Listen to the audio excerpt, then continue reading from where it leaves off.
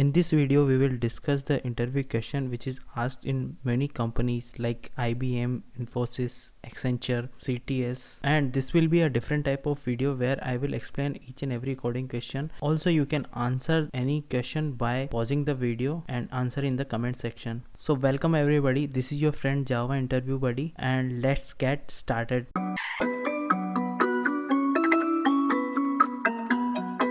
What will be the output of following programming code? So you can pause this video and try to answer it in the comment section, and later I will explain this program. Okay, so I hope everybody answered in the comment. Let's understand this problem. So we have a class here, and inside that class we have a main method. Okay, that is fine. And inside main method we have a try block, and following that catch block also. Inside try block we are trying to create an array with the size 5. Okay, and then here in this line we are trying to access the sixth element. So first thing in the any programming code, we need to find that there will be no compilation error. After that we need to think if there is any runtime exception or not. So it's easy to guess here that there will be a runtime exception, and then catch block will execute, and then in this println statement this thing will print with the error index out of bound exception. So option D will be correct. In fact I can copy this code and try to run it from IntelliJ,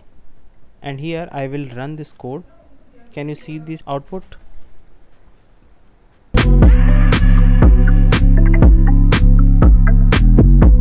Next question is very simple. You have a piece of code and you just need to fill in the blanks. So there are two types of keywords in exception. One is throws and one is throw. Throws keyword we use with the method signature, while throw keyword we use while creating a new exception. So you can easily answer this question by placing throws here and throw here. In fact, while using throw you need to also use new, because you are creating eventually you are creating a new exception. So let me just copy this code from here and put it inside the IntelliJ and show it to you over there.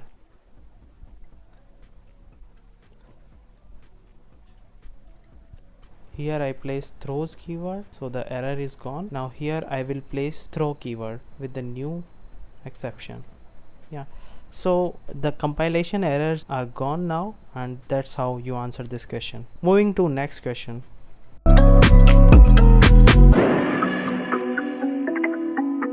Which one is a valid declaration of a boolean? So you can pause this video and answer in the comment section. So I hope you answered. The correct answer is A, boolean b1 is equal to false. B and D are incorrect because you can't use 0 or no instead of false in the boolean. And C is also incorrect because false is itself a keyword and you don't need to place single quotes or double quotes with false or true. Moving on to next question.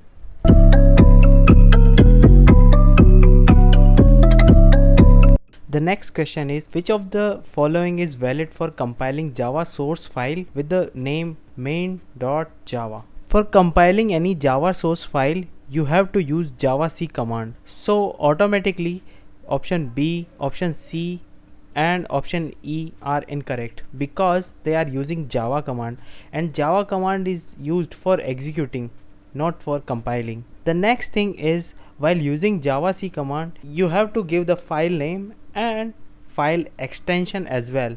That means option A is correct. Option D is also incorrect. Moving on to next question.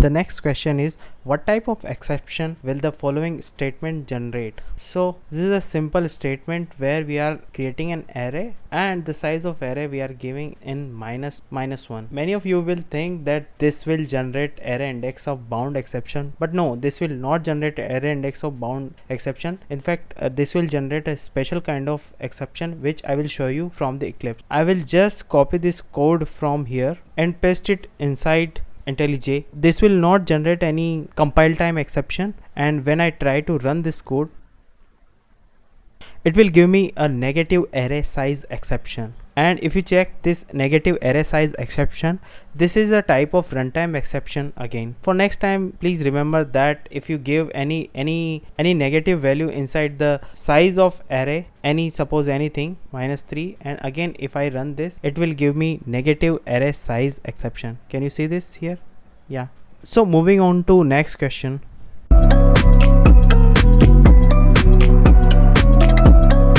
Our next question is, what will be the output of following programming code? So you have a simple programming code.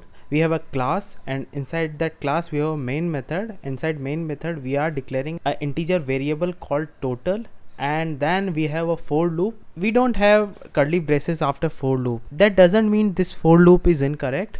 I mean, the for loop will end when it found the next semicolon. So the next semicolon is here. So this loop is something like this, from here till here. Okay, so the next thing is we are printing the value of total here and value of x here. I already told you that whenever you are solving any problem, the first thing you need to make sure that your program doesn't have any compile time errors or compilation errors. So if you look closely to this program, while working with loops, you need to make sure that if you are using any variable inside the loop, then the scope of that variable will be inside that loop only. But here this x we are using outside that loop.